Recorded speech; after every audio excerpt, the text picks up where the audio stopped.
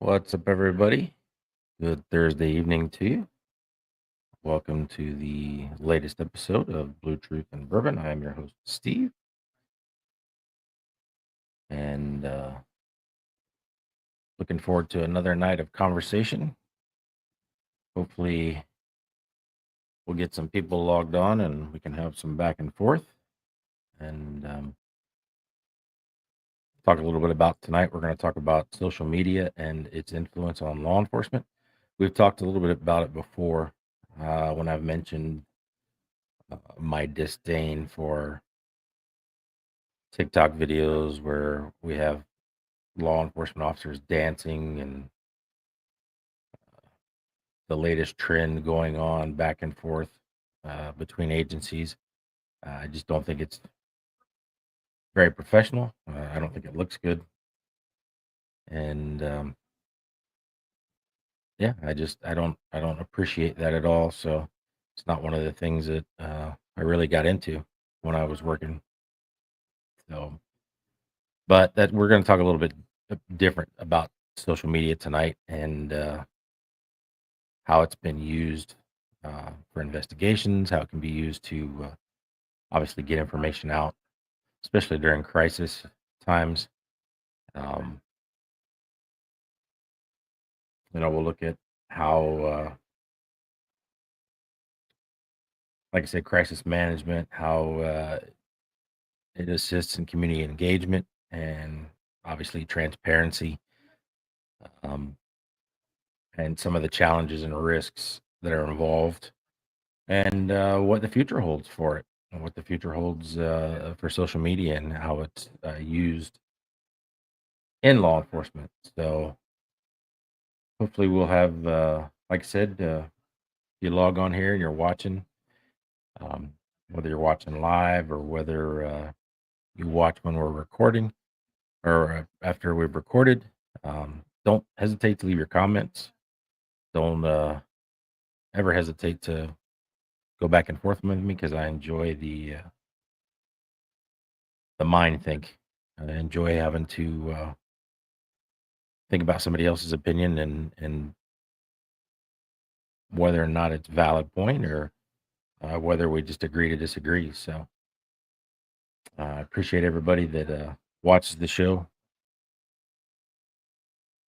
It's fun for me to do. I enjoy getting on here. So we'll get started. So yeah, tonight talking a little bit about the influence of social media on law enforcement, and one of the things that I used as a detective, obviously, I used a lot of the social media platforms um, for investigations. Um, Back in 2006, 2007, I was in the gang unit, and that was about the time that MySpace was really.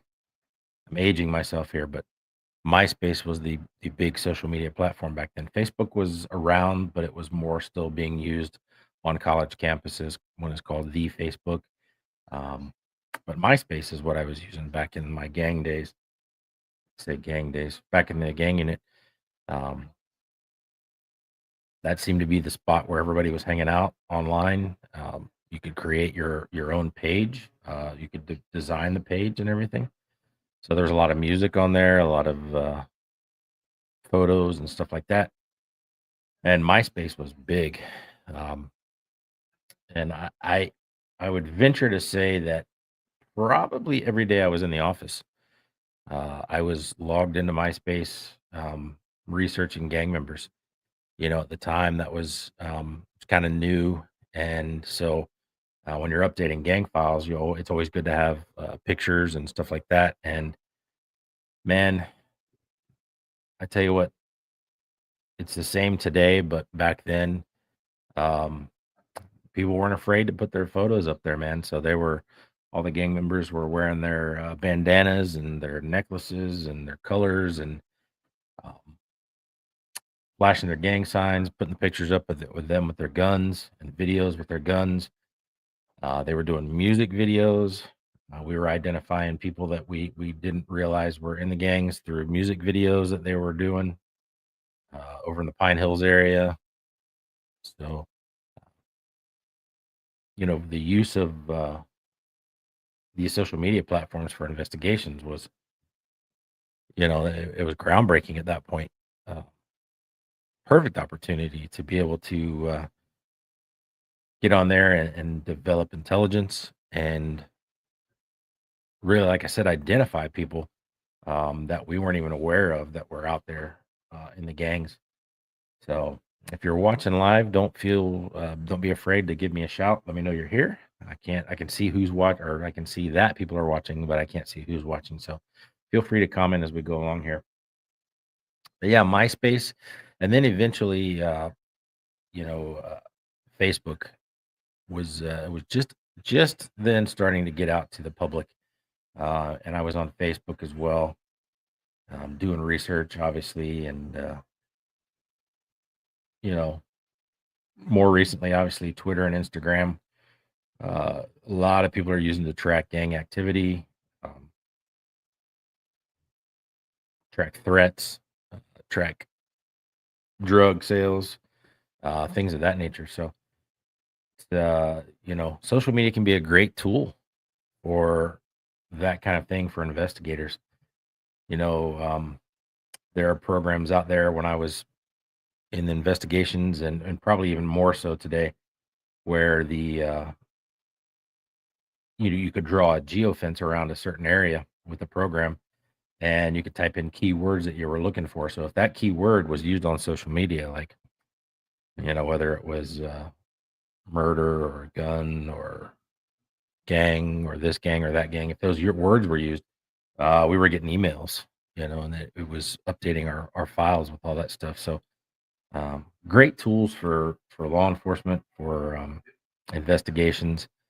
Um, Really, that's kind of how social media started. What's up, guys? Don't feel don't be hesitant to give us a shout out. Um, a lot of tools, early on, and that was, I mean, it it was so we were using it so much. I'll never forget. Um, we were using it so much that the bandwidth wasn't able to, uh, I guess, carry all that we were doing. And me and my partner, Pat Scales, rest in peace, brother. We were constantly on there. What's up, Danny? Constantly on there doing investigations, and they had to come in and upgrade everything. And I remember them coming in, and we weren't there at the time, but they were telling them that there was too much streaming video going on. And I remember Pat Scales, he thought they said screaming video. I was like, what's screaming video? So yeah, we were utilizing as many tools as we could. So these investigators today, I'm sure they have much more tools. In fact, in the early 20 teens, I was actually teaching a class at the Orange County Sheriff's Office for social network investigations. What did I call it? Social media and internet investigations. So I actually went to a class in Georgia at FLETC, where I learned how to do some of these things. So it was real interesting. Um, I don't know. The folks that are watching, I don't know how many of you use the internet for your investigations, but I'm sure all of you know what Wikipedia is. And so there's this thing that's called Intellipedia. And basically, that is for the military and the intelligence community. At the time, I knew who created it. I'm not going to go into that, but it's just interesting, when we were learning to do that. So the guy that created Intellipedia for the military, for the CIA, um, during this class that I took in Georgia, and then even when I was teaching the class, we did the same thing. I guess the guy never learned. Um, there's a lot of stuff out there when you're posting stuff online, it's there forever, and you got to watch what you're putting out there. So, obviously, we were using different things to kind of figure out um, how to use it in investigations. So this guy that created Intellipedia, the lady that taught this class, she's like, think about it. Most of us, when we go to work, We live within 10, 15 miles of work. So we punched this guy's name into the computer, and sure enough, we found one close to Langley. He worked for the CIA. I worked in Virginia or lived in Virginia. So she's like, all right, well, look this guy's name up. You can look him on Spokio. You're able to find his phone number. Through his phone number, we were able to find some program he was using to post pictures online of his family and stuff like that, pictures of his house. I mean, and this is the guy that created Intellipedia for the military, for the CIA, for the government. And he had all this stuff online. And she says, just imagine this. We just spent 10 minutes doing this research, trying to find out who this guy is or where he lives. We've got pictures of his house, pictures of his kids. We know where he lives at. We got his phone number. If it's that easy for us to find out, just imagine if somebody important in another country that wanted to do bad things to this guy or get a hold of him in order to do bad things to other people. Look at all the information that they have out there. And it was just mind blowing, the amount of information that was out there on this guy.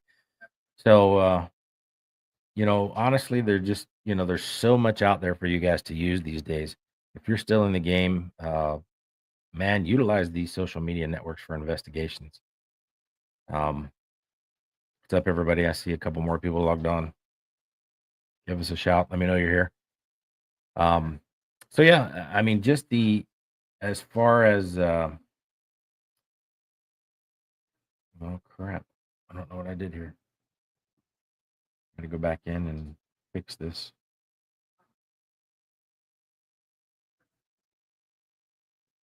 But just the ability to utilize these social media platforms for investigations, man, there is nothing that these folks won't put out there for you to be able to identify them, track them. It's just amazing the amount of information that's there. And then, not only for, to monitor criminal activity, but just the digital evidence collection, that I spoke of earlier. Um, the idea that these guys, they're posting pictures, they're posting videos, um, probably having conversations, especially on MySpace. And even if you can get the Facebook stuff, we created profiles and we were, undercover profiles looking at different things. So, you're creating these things. There is no limit to the amount of information you can find on these guys out there. And for them to put it out there, man, just collect away. Make sure you're getting photos of this stuff. Tonight's Buffalo Trace, guys. Buffalo Trace, always the best. Um, Make sure you're screen grabbing this stuff. Make sure you're copying this stuff because um, it's perfect. Um, Obviously, easy to identify. These social media platforms have made it easier to identify suspects because everybody's got a Facebook page these days, man. Everybody's got Instagram, TikTok. So, it's just amazing the technology today that allows us to do this kind of thing. And then, of course, undercover operations. People, I know at the Orange County Sheriff's Office with the sort of like the to catch a predator thing, um, posing as someone other than yourself and getting people to either sell you drugs, um, to meet up with you, to do whatever. Um, it's just it's out there, and we're allowed to use it, so use it. And while you're here, guys, while you're watching, feel free to give me comments about things you've done in your career or questions you might have with social media because I like to hear about it. I like to go to the back and forth. Of course, and we talked earlier, like I said, about the obviously social media platforms and the information age, public communication and crisis management. Just imagine the amount of information we put out there today during hurricanes, during storms, um, you know, everything from, road closures and whether we got a barricaded subject on this side of town, avoid this area.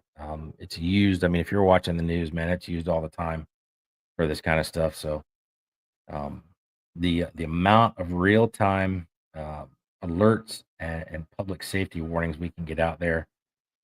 Departments using the social media to communicate to communicate emergencies, crime trends. You know, if you're on your local agency's Facebook or Instagram page, you're constantly seeing updates of what's going on where, and hey, have you seen this person? And can you identify this? And so, there's just a ton that we're getting out there today.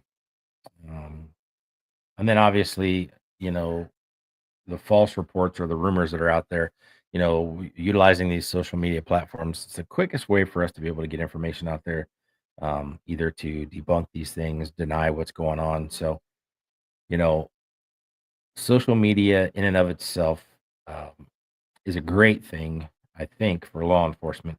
Now, obviously, like I've talked about, you know, with the TikTok sheriffs and the latest trend going on the internet, I think it's kind of goofy when we see stuff like that, and I think that can be a detriment to law enforcement, in a sense, just because people that are out there, I get that we're trying to humanize the badge. I get that we're trying to make people understand that cops are humans too, but there's better ways to do that. Community engagement, community involvement, rather than do stuff like that. Body camera, especially, putting out stuff now on body camera. I don't know if, any of the guys that are on that work with me at the sheriff's office, if you noticed today, but they released a body cam video of a shooting back, an officer involved shooting back in January. And that's part of the transparency, and utilizing these social media networks makes it easy, makes it quick. You don't have to worry about getting a hold of all these media outlets and pumping the video out on the news. Now, of course, you're going to, and honestly, most of the time nowadays, these news agencies are grabbing stuff from Instagram, Facebook pages. So it's one stop shopping really, because the community is involved, the news media is involved, the opportunity is there for people to see that kind of stuff. So. And there's a lot of challenges with the social media, a lot of risks involved. A lot of false information gets out there, especially if if you're posting information as an agency, and then there's people that are replying or posting on top of it with falsehoods and stuff like that. So there's risks involved with that.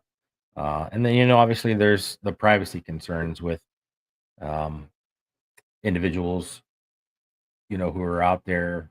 Um,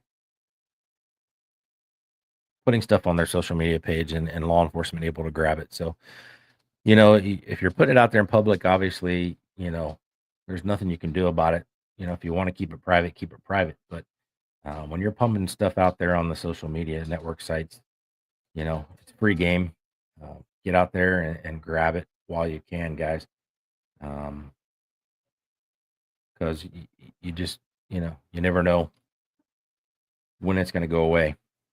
And, obviously each one of these internet social media platforms has the ability for law enforcement to get on there and capture stuff for extended periods of time, and even stuff that people thought they were deleting. So, um, yeah, I mean, social media can be a great thing. It can be a hurtful thing. Anybody got any opinions? I mean, is there anything that you've done or you've seen that with social media that's either worked for you or hasn't worked for you? Don't be hesitant to post some comments. So, um, honestly, uh, all of us are probably on social media way too much, for a great portion of the day, so it can be tiresome.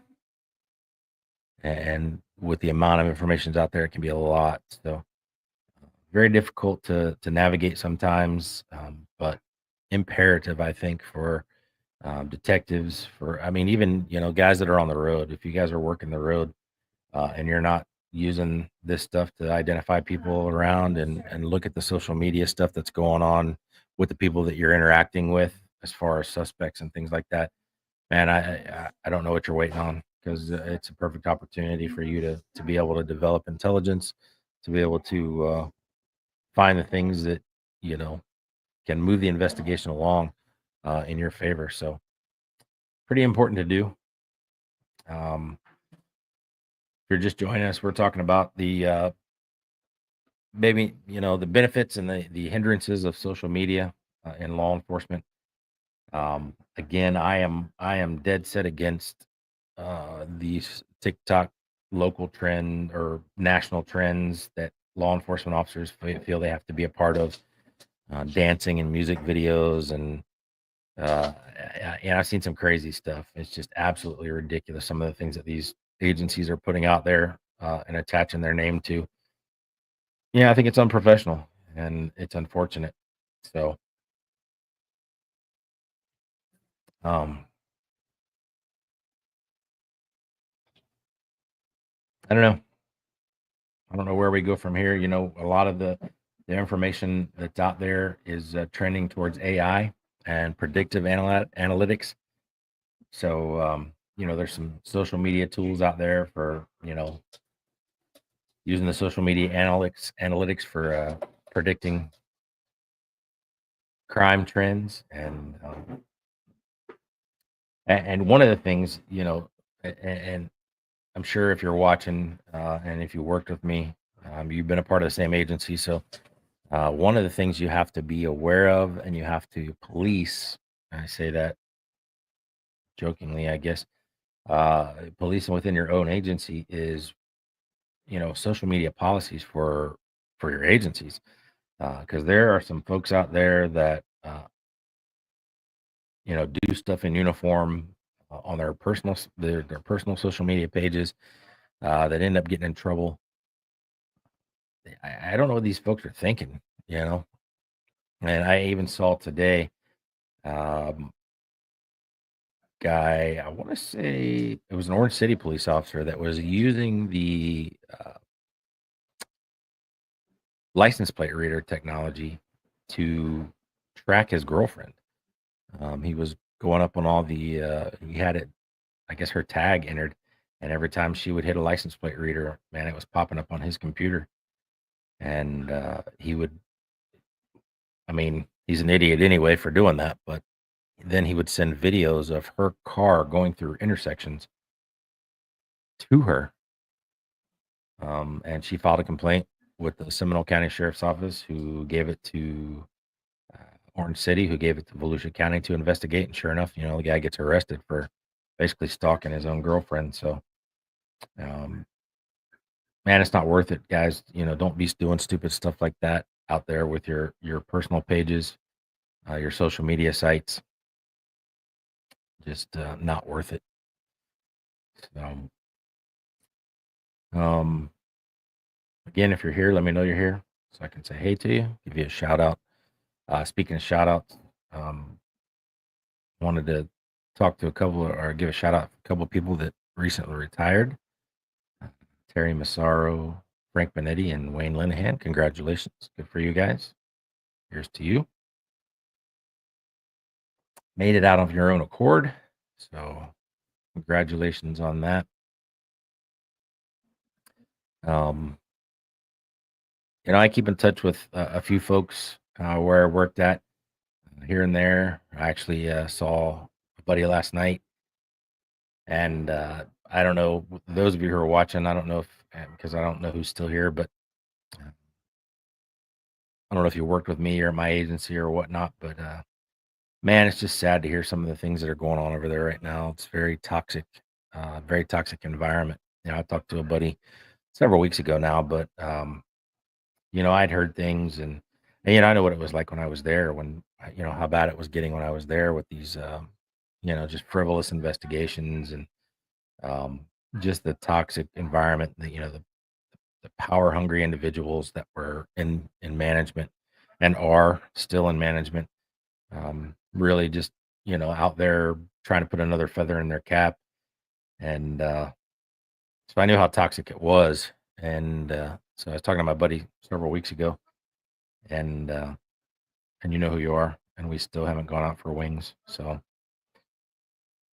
But I'm talking to him, and he said that there was a lieutenant that I know, that I would consider a friend, guy that I went to several schools with, that had a one-on-one meeting with the sheriff. I don't know if I've shared this with you before, but had a one-on-one meeting with the sheriff, and basically laid it out there for him. How low morale is right now, and according to him, the sheriff just said, "No,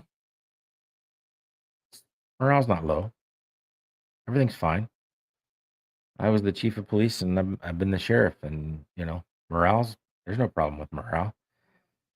And how you can sit back and look at what's going on, and I guess it's easy to say when you're sitting up in the Golden Palace looking down, and you know, like I said, when you have a passion for power instead of a passion for people, it's very easy to look and see and think everything's going right for you, because it is for you.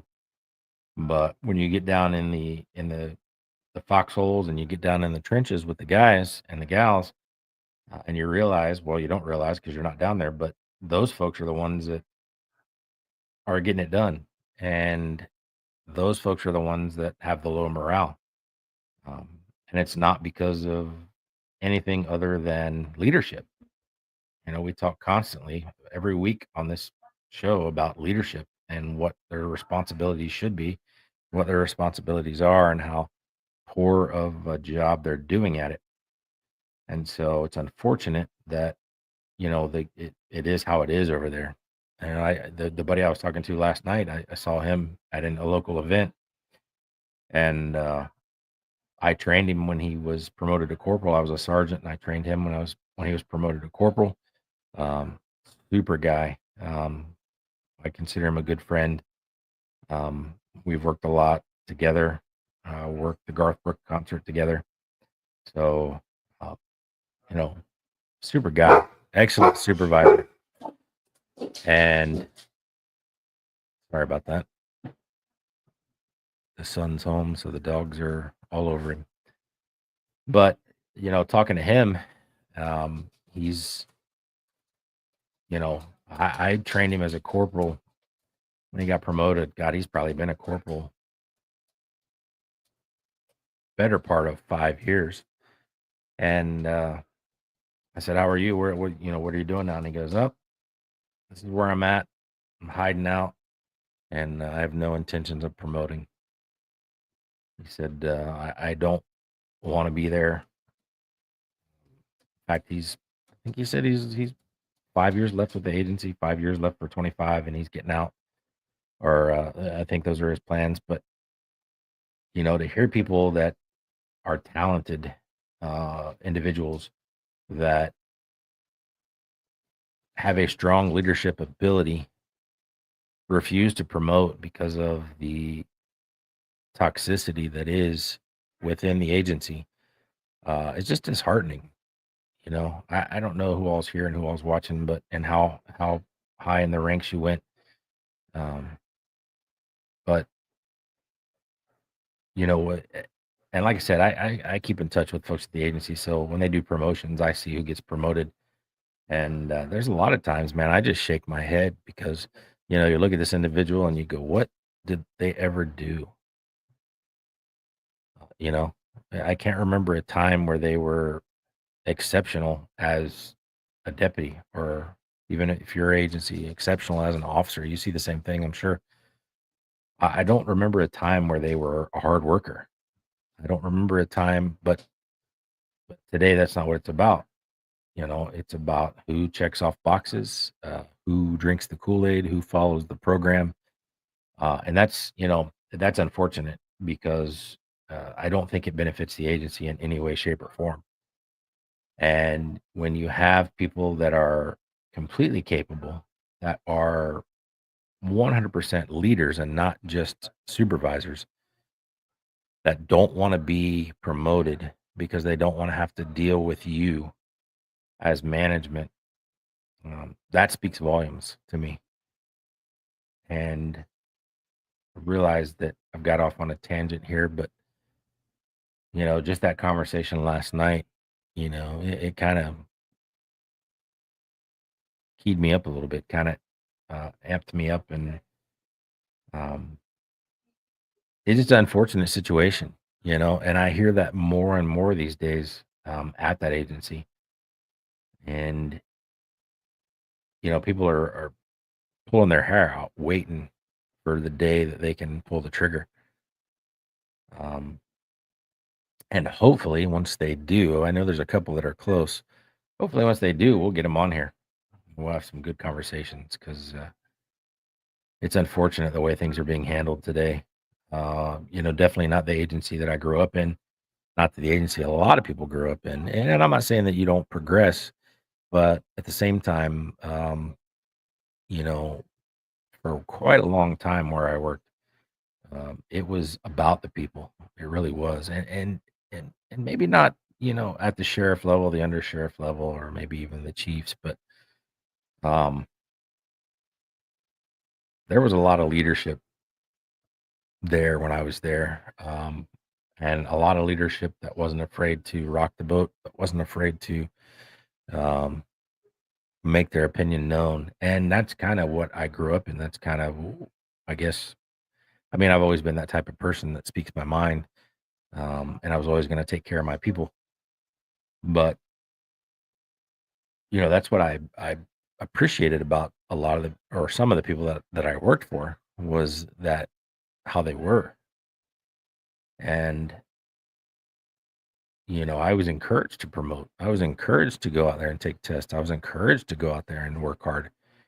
And um, today, like I said before on an episode, hard work is like peeing yourself in a dark blue suit. It makes you feel better, but nobody ever sees it. And that's just my opinion. But I think that's where we stand today. Is it's not about hard work. It's about what checkoff boxes you meet. And wow, if that's the case, I feel sorry for what it's going to look like later on down the road, because I know what it looked like when I left. And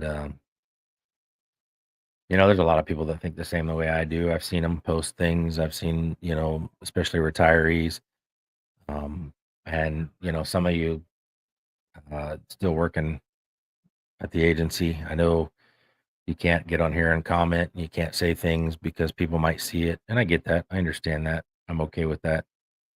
Um, just know that I'm there to listen. I see what you're going through, and I know it's hard. It's difficult to try to navigate those waters, to keep yourself out of trouble when that's what they're out there looking for is to create trouble. And so there's no reason to go out there and create it for yourself. So just be mindful of that. A lot of places are toxic. A lot of places are like that. There are a lot of places that have created an atmosphere of they're leading and trying to gain accountability through fear and intimidation, and that's no way to lead. You're not getting accountability at that point. People just stop working because they're afraid of what's going to happen. You're not getting accountability. You're getting you know I don't know what to call it. You're getting folks that have just become immune to doing anything worthwhile because of fear of getting in trouble. And that's, I guess, that's a lot where a lot of these folks are, a lot of these agencies. That's it's part of the deeper plan.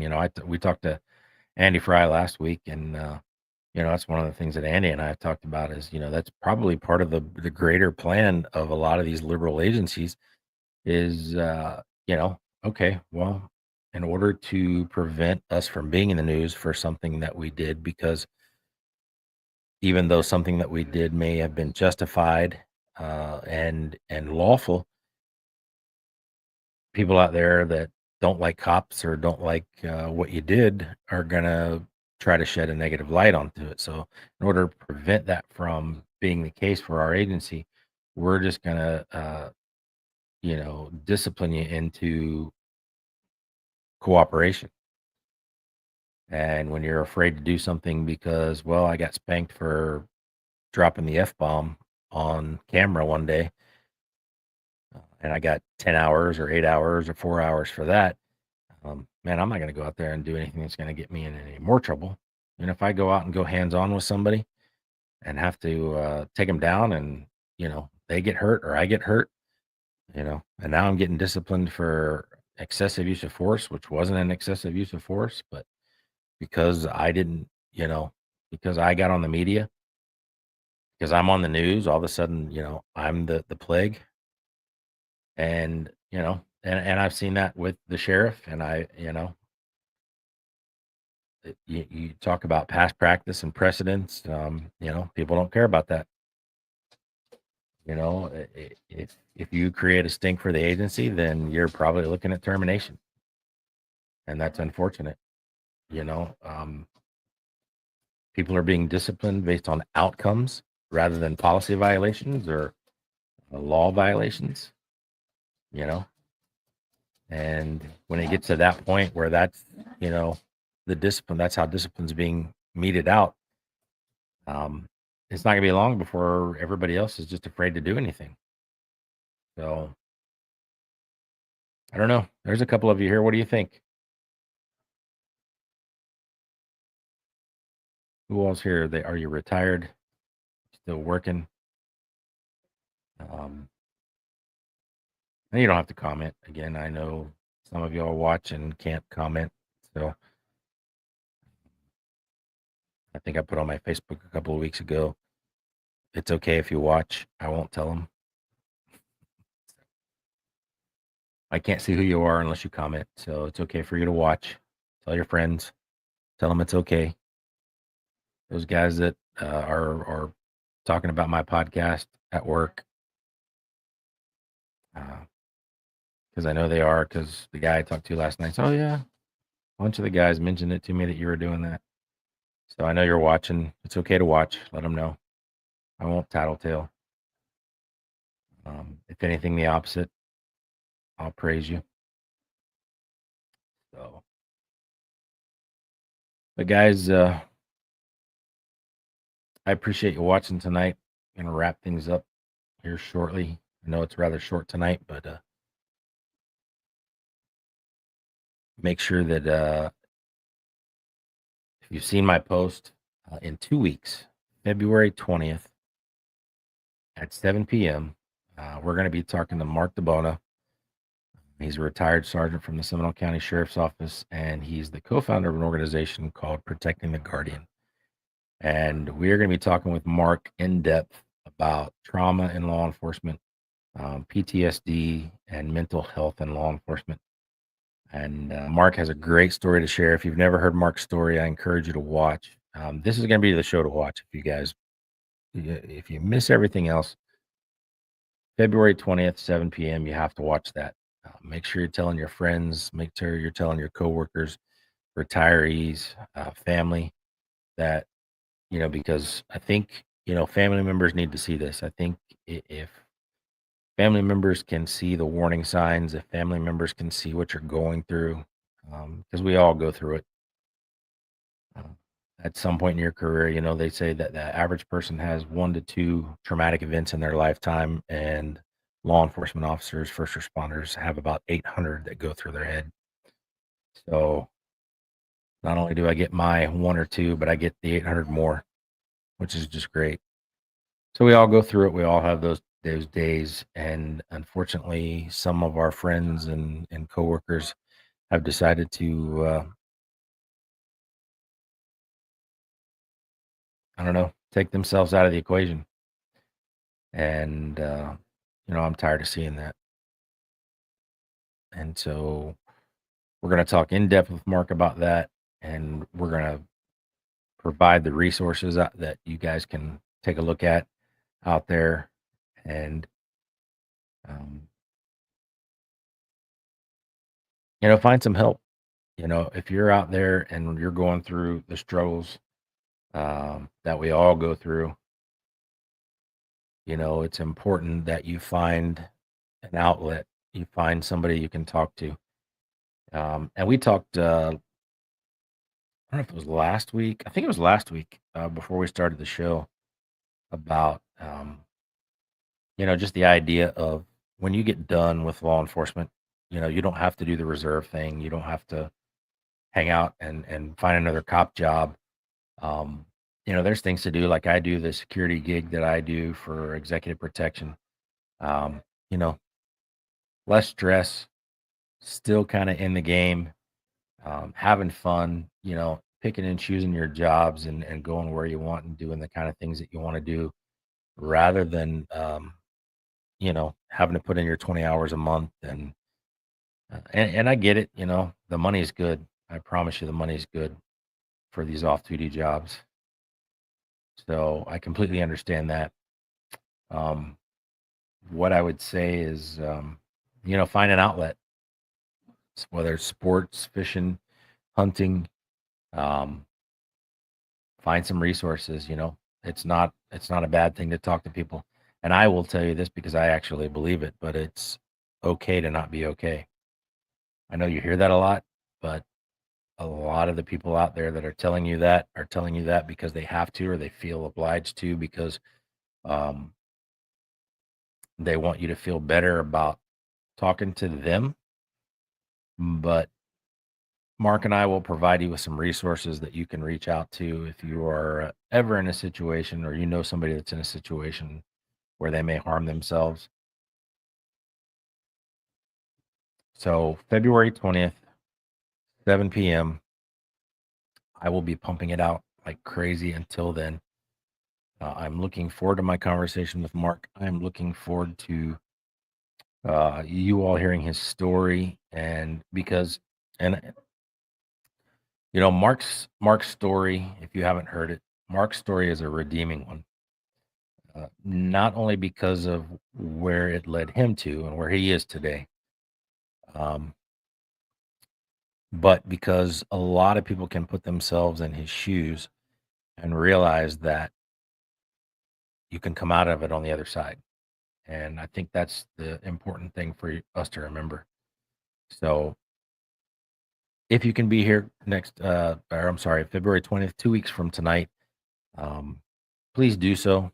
Um, Spread it around, pass it around to your friends, your family, your coworkers, retirees. I'd love to pack this place out. I'd maybe love to crash the website. I don't want to do that because I want people to hear, but I want as many people to hear Mark's message as possible. So thanks for being here tonight. Look forward to talking to you again next week. Um, Probably have a guest host next week as well. So just be mindful, watch the page, look for the updates. And thanks for being here, guys. Thanks for hanging out. And like I said, if you watch this after it's recorded, uh, don't hesitate to leave comments. Let me know what you think. Let me know if you have any ideas for shows, something you want to hear, something you want to talk about. Um, Probably one night I'll get 3 or 4 guys on here and just have some war stories. I think that'll be fun, and it'd be funny for you guys to laugh at some of the stupid stuff that we did and said, and um, yeah, just have a good time one night. Um, Before I head out, I wanted to mention a buddy of mine and plays country music named Graham Nancaro. Little tidbit or little.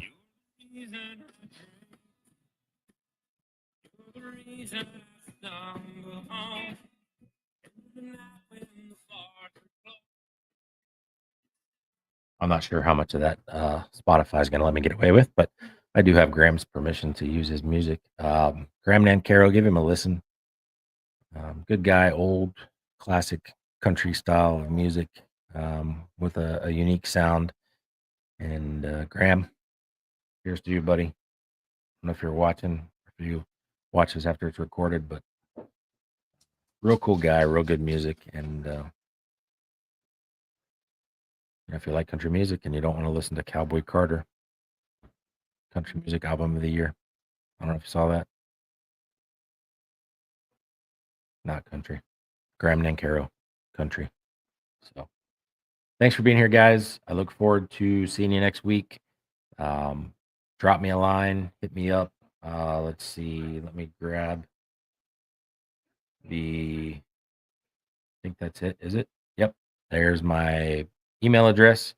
So any comments, complaints, gripes, moans, any suggestions for topics, I can tell you this: within a couple of weeks, uh, we will have the mental health in law enforcement. I am going to have an episode about women in law enforcement. I'm going to have a couple of folks on for that. So look forward to sharing that with you.